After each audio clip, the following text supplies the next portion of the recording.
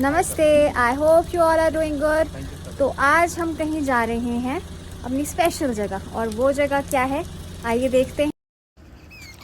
तो ये हो गई हमारी जर्नी शुरू, हंसते खेलते।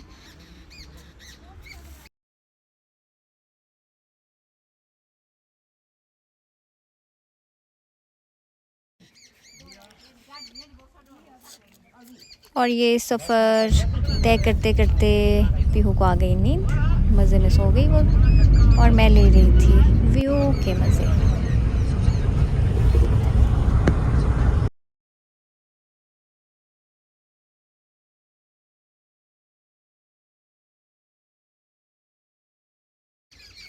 तो ये जो व्यू है ये है NH प्रोजेक्ट चला हुआ है 4 लेन्स का, और काफ़ी अच्छे से जो है रोड्स वाइड भी कर दिए हैं, मेटलिंग भी हो चुकी है रोड्स की, बहुत ही काम चला हुआ है ज़ोर शोर से। यहाँ पहुँच गए हम अपनी डेस्टिनेशन पे, और यहाँ हमने पार्क की अपनी कार और चल पड़े अपने गांव की तरफ। तो ये है हमारे गांव का भी गांव मतलब ये जो मेरे फादर इन लॉ है पापा, उनके दादा के टाइम का, मतलब उनसे भी पहले का जो है घर, जो पुराना घर है वो है यहाँ पे। तो जो भी खेत वगैरह है, तो रिटायरमेंट के बाद पापा यहाँ पे पूरी अपनी खेती बाड़ी, गेहूँ, मक्की, दालें लगाना, तिल, मतलब वैरायटीज़ लगवाते हैं यहाँ। तो 40 to 45 मिनट्स लगे थे हमें यहाँ तक पहुँचने के लिए। ये पापा ने आजकल यहाँ काम भी शुरू करवाया हुआ है कुछ।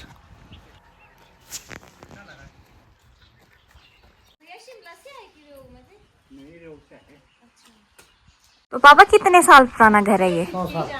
100 साल पुराना। तो मतलब आपका बचपन भी यहीं कटा था? और हमारे फादर का बचपन, दादे के टाइम का, दादी के टाइम का? 150 साल हो।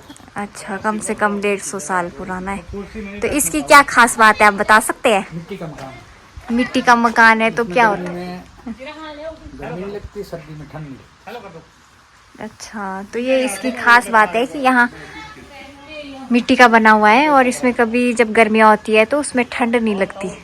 ठंड नहीं, सॉरी, गर्मियाँ होती है तो गर्मी नहीं लगती है, ठंडा रहता है अंदर से, बिल्कुल शीतल। तो इतना पुराना घर है ये, 150 साल पुराना, और इसलिए इसको ऐसे ही रखा है कि याद है भाई बुजुर्गों की। चले कि पापा आज हेरिटेज है ये हमारे लिए, हेरिटेज, ये हमारे बुजुर्गों की याददाश्त है।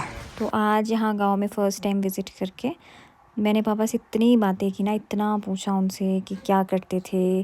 तो उन्होंने इतनी सारी बातें बताई कि क्या स्ट्रगल थी जब वो छोटे थे। तो लाइट भी जब आई थी ना उनके गांव में, बिजली, तो काफ़ी टाइम बाद आई थी, वो इतनी जल्दी नहीं थी, वो भी जब थोड़े टीनेजर्स में चले गए थे तब जाके। तो हमारे बुज़ुर्गों ने कितनी स्ट्रगल करी है, मैं तो यही सोच। गाँव जो है यहाँ सैंड माइंस है, रेतों की खान है काफ़ी। अब तो काफ़ी यहाँ पर खुदाई हो चुकी है, निकाल चुके हैं रेता, अदरवाइज़ यहाँ खेतों से रेता ही निकलता है, सैंड ही निकलती है।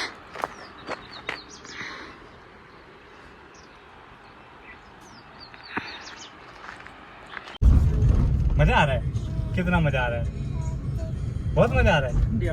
हवा बाहर, ओए ओए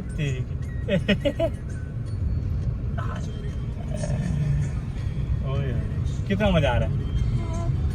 हवा लग रही है, हवा लग रही है, हवा है, हवा लगी, हवा।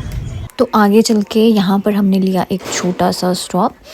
तो जो इन्फॉर्मेशन मैंने अपने फादर इन लॉ से, पापा से ली है, वो मैं आपके साथ शेयर करती हूँ कि ये जो पॉइंट है यहाँ होती थी शिव गुफा, और इसके ऊपर ही शिव गुफा मंदिर सरोवर ये है बनाया गया है।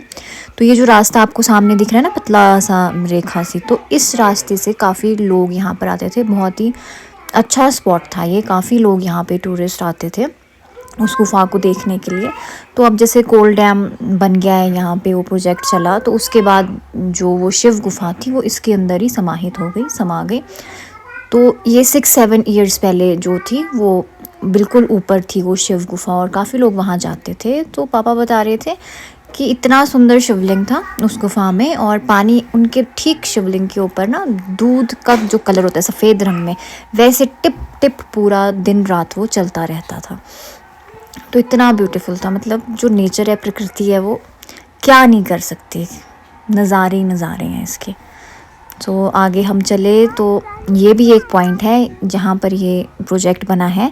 तो ये पुल लगभग 50 साल पहले नहीं था। तो जहाँ पे ये बिल्डिंग से दिख रही है ना आपको प्रोजेक्ट की, वहाँ से दूसरी साइड तक रस्सियाँ लगी होती थी और रस्सियों से लोग इधर से उधर जो क्रॉस करते थे। तो अब डेवलपमेंट हुई, काफ़ी रोड्स बने, तो पुल भी बन गया है अब। नहीं, उस टाइम तो लोग कितनी मेहनत करके मतलब कैसे आते थे। कि ज़िंदगी तेरी थिरकन पर थिरकता रहा मैं ताउम्र, एक उम्र बाद थिरकना बंद किया तो सफलता के सही मायने जान पाया। ये ब्यूटीफुल लाइंस मैंने सुनी आज अपने पापा से। आई होप आपको आज का ब्लॉग अच्छा लगा होगा, पसंद आया होगा। तो लाइक करना ना भूले। Thanks for watching. Bye bye and take care.